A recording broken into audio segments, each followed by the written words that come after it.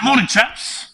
Piers, do you think you watched the Premier League champions yesterday in the game at the Emirates? No, I think you'll watch the Premier League pardon? champions. I think you'll watch the Premier League champions tonight, Jeff. Oh, right. And I'll tell you why. Because yes, City looked good, and they nicked it again. Okay, I don't agree with Ten Hag that somehow they were in the game. They were useless. So we can't really compare. I think Man City's current performance levels based on a game against United, because United are awful.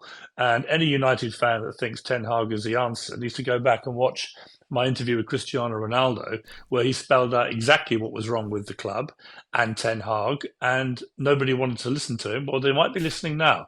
But back to Arsenal and Liverpool and City. Liverpool obviously got extremely lucky yesterday. They should not have had that goal at the end. It shouldn't have been allowed to happen in the way that it did. But we move on. And the question is, who is the best team?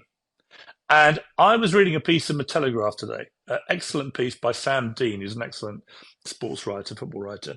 And he talked about the fact that never mind Arsenal's amazing goal record this year. So since we came back from the break we had, phenomenal amount of goal scoring.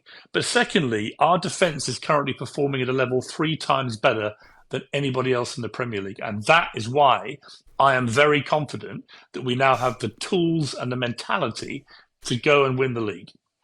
Piers, I tell you, I can't disagree with anything you said regarding Arsenal's form since the turn of the year, since the return of the break. They've been absolutely excellent. The one kind of blip is, and I'm going to ask you about it, was the performance in Porto where they lost the late goal. Yeah. I'm not sure. I mean, I still think they will go through. However, I don't know if you caught that result at the weekend. Porto actually battered Benfica, who are sitting top of the league 5-0.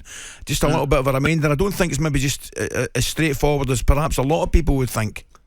No, listen, I think we're back in the Champions League after a long absence. I think we showed a bit of naivety in the way we went about it. I like the talk afterwards about the need to improve our dark arts and the way you go about playing in the Champions League. You're playing the elite teams. There are no easy games at the knockout stage of Champions League. I don't think we are quite ready to win the Champions League. I think the focus for Arsenal should be to try and beat Porto, get as far as we can. Great. But the focus should be the Premier League. Last season, we choked the league. There's no other way to describe what happened. We should have won it, and we choked it. When we choked it, we didn't have the right kind of players with the right kind of mentality.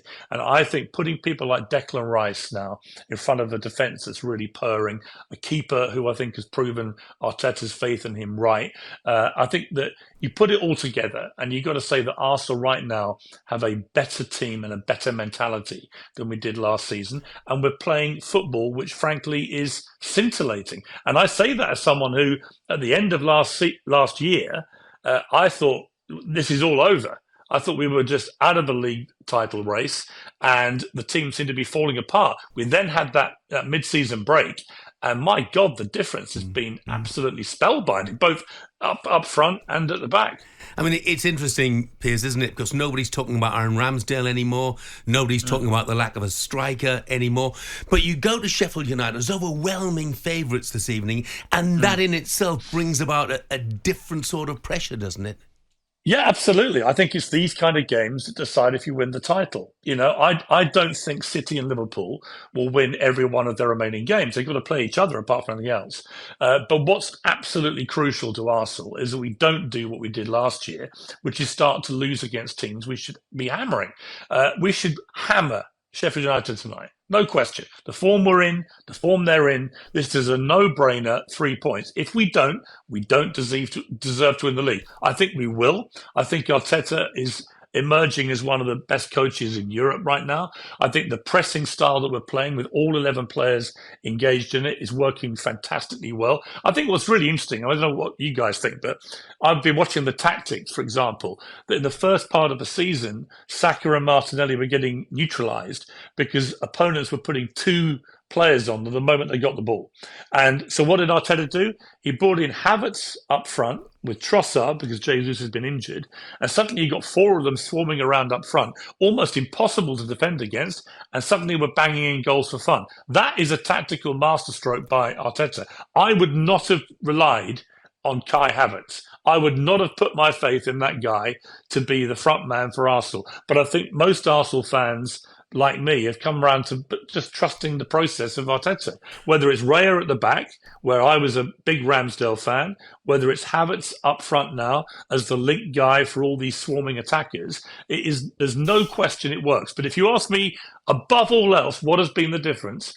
Declan Rice. I think Declan Rice has been the best signing Arsenal have made since Dennis Bergkamp back in the mid-90s. I take your point. I thought Havertz played that number 9, false 9 against Newcastle. I thought he was brilliant. However, Piers, you've mentioned Saka, Odegaard, Havertz, Martinelli, Rice. I still say, and you might disagree with me, that the two vital players at this moment in time in the Arsenal side are Saliba and Gabriel. We saw last year when you lost one of them. I don't think you can afford to lose a centre-back. No, I think that's right. But we have got, of course, White that can come in the middle, and he's been playing superbly recently. And I think that we've got more options. We've got Timber obviously coming back from injury. Zinchenko will be back from injury. Jesus back from injury. And we haven't even mentioned what could be the most significant return from injury, which is that Thomas Partey may start today alongside Rice. Now, most Arsenal fans would say that the idea of a fully fit Thomas Partey next to a fully fit Declan Rice, that could be one of the most formidable central defensive midfield pairings since we had Vieira and Petit. So I think there's a lot to be excited by. We're not going to get overexcited because of what happened last season. We know we choked it, but I think this is a better squad, way better squad than last season.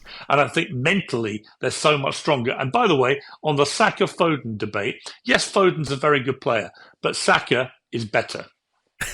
Piers, you've got the last word as usual. Thank you very much indeed. Have a good day. Just a brief word, Ali, about Sheffield United, because there are two teams involved in this now. Course. People have written Sheffield United off, but I just wonder, are they clinging to the hope that Forest and Everton get a deduction in points? And if it was 6 points again, that would bring them down to 18 and 19. And you know what? Sheffield United would still be, despite the fact it's been a calamitous season, would still be within touching distance. Oh, you better believe it. You absolutely better believe it. However, that's what they're needing. There's no getting away from it. You know, I said, and I got a little bit of stick for it.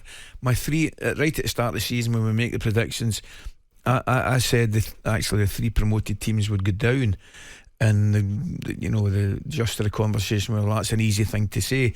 Well, it's actually not an easy thing to say, because very, very seldom do the three promoted sides go down.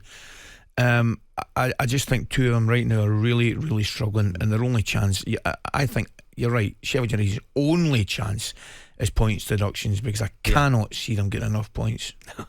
talkSPORT Breakfast, waking you up Monday to Friday morning from 6 a.m. on AM, on DAB, via the talkSPORT app and on your smart speaker. talkSPORT.